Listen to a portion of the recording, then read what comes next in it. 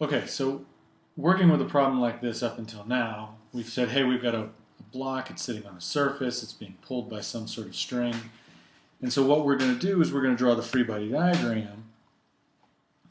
And in doing that, we've always drawn the free body diagram from a single point. And what that point represents is the center of mass. And so basically up until now in the course, we've treated any of the objects that we've dealt with as if they were point particles. And that's been perfectly fine for the situations that we've examined so far. What we're going to do is we're going to start to add to that. So now what happens if we have either multiple point particles, and then what we'll build towards is what happens if we have objects that it's not accurate to treat them as point particles. And so to start that conversation, we're going to talk about this idea of the center of mass. Again, if you treat everything as a point particle, the center of mass is relatively simple. You're just saying that all the mass is collected there at the center of mass. Well, so what happens when we can't treat things as point particles? So let's say we've got a system of particles. So here I've got mass 1, mass 2, mass 3. All three of these objects are at various places in the xy plane. And so you'll notice that the position of mass 1 is x1, y1, the position of mass 2 is x2, y2, the position of mass 3 is x3, y3. So the position of the center of mass of my system, in this case my system of three particles, is given by what's known as the mass-weighted average position of the particles. So one way to think about this in words before we worry about the equation here is if, let's say, mass 2 and mass 3 are really small, but mass 1 is really big, then I would expect the center of mass to be much closer to mass 1. Its effect on the center of mass should be larger because it's a much bigger object. That's what this mass-weighted average does. It says the center of mass of your system is going to be equal to, well, basically I'm going to take the position of every particle, multiply it by its mass, and then I'm going to divide this by the total mass at the end. So the larger the mass of each individual particle, the more effect it's going to have on where the center of mass of the system is.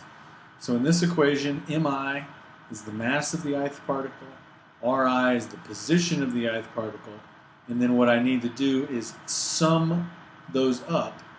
So these mass-weighted positions, I'm going to sum that up over all the particles in my system, and then I'm going to divide by the total mass of my system to end up with the center of mass. So what this means then is that if I'm looking for the x component of the center of mass of my system, well, I'm interested in the x components of each individual piece. So I'm going to take mass 1 times x1 plus mass 2 times x2 plus mass 3 times x3, and again divide that by the total mass of my system. If I want the y component of the center of mass, it's the same equation. It's just now I want y components rather than x components. So I'm going to have m1 y1 plus m2 y2 plus m3 y3, and again divide that by the total mass. So this is for my three particle system in the xy plane. If I only had two particles, then I'd only need the first two terms. If I had four particles, then I'd need a fourth term, right? A plus m4 x4 on top and a plus m4 on the bottom. A plus m4 y4 on top and a plus m4 on the bottom. So I just need to follow this pattern to sum up over all the particles that I have. So what if I've got a continuous distribution of matter? So instead of having point particles, what if I've got something where the mass is clearly spread out and that matters? Well, again, what we've seen is I can take my equation, which said I wanted to sum over these little chunks, and then I need to just make these chunks smaller and smaller, and what happens is I know that I'm going to end up going from a summation to an integral, and so I get that the position of my center of mass, if I've got a continuous distribution of matter, is basically I'm going to break up that distribution of matter into tiny little mass chunks, little differential mass elements dm, And then I'm going to, again, weight each individual mass element by its position and add all those up. Then divide by the total mass to end up with a position again. So if I wanted to do this for the x component, I would do this as, well, I need to take all my tiny little mass elements, multiply each mass element times some x, integrate over that, divide by mass to get the x component of my center of mass for a continuous distribution. I would do exactly the same thing for the y component, except for instead of multiplying by x, I'm going to multiply by y. So take each of my tiny little mass elements, multiply them by the y position for each of those elements, integrate over that, right? That's just summing up over an infinite number of tiny little mass elements, and then divide out the total mass of my system. Now, as a general rule, we'd like to avoid integrals where we can, so there are a couple rules that I'd like to take advantage of when I have this opportunity. So one is I want to find symmetries within the problem, because that will often help me figure out what's going on with the center of mass. So what I notice here for this particular object, that basically it's a circle. Let's just say this is a uniform circle over these three quadrants, but it's part of a square in this one. Well, this red line here, I can see that I can fold my object over that line so that if you fold it over that line, it lays perfectly on top of itself, right? That means that this red line is a line of symmetry. Well, if I can get two lines of symmetry to cross, then I know exactly where my center of mass is for a two-dimensional object. Here, I only see one line of symmetry.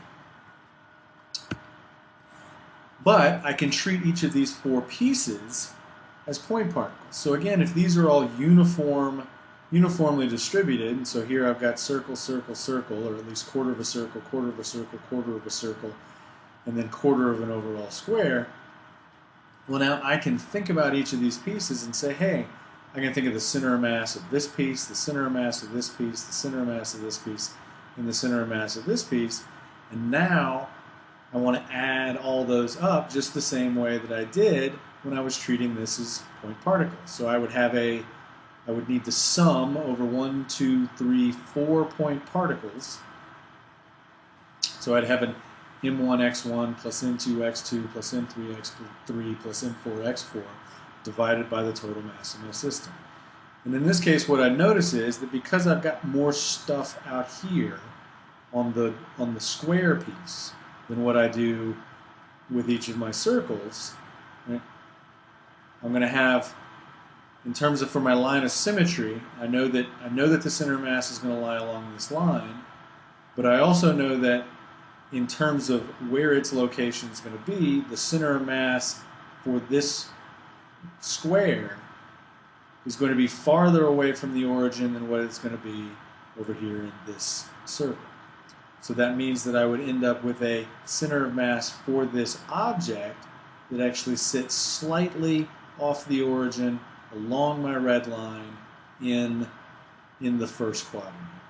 So that isn't a specific calculation, obviously, yet, but it gives me a sense of just how I can use these two rules to think about where the center of mass for a complicated system has to be by looking for lines of symmetry and then breaking it up into parts that are much easier to deal with and then treating each of those parts as if they were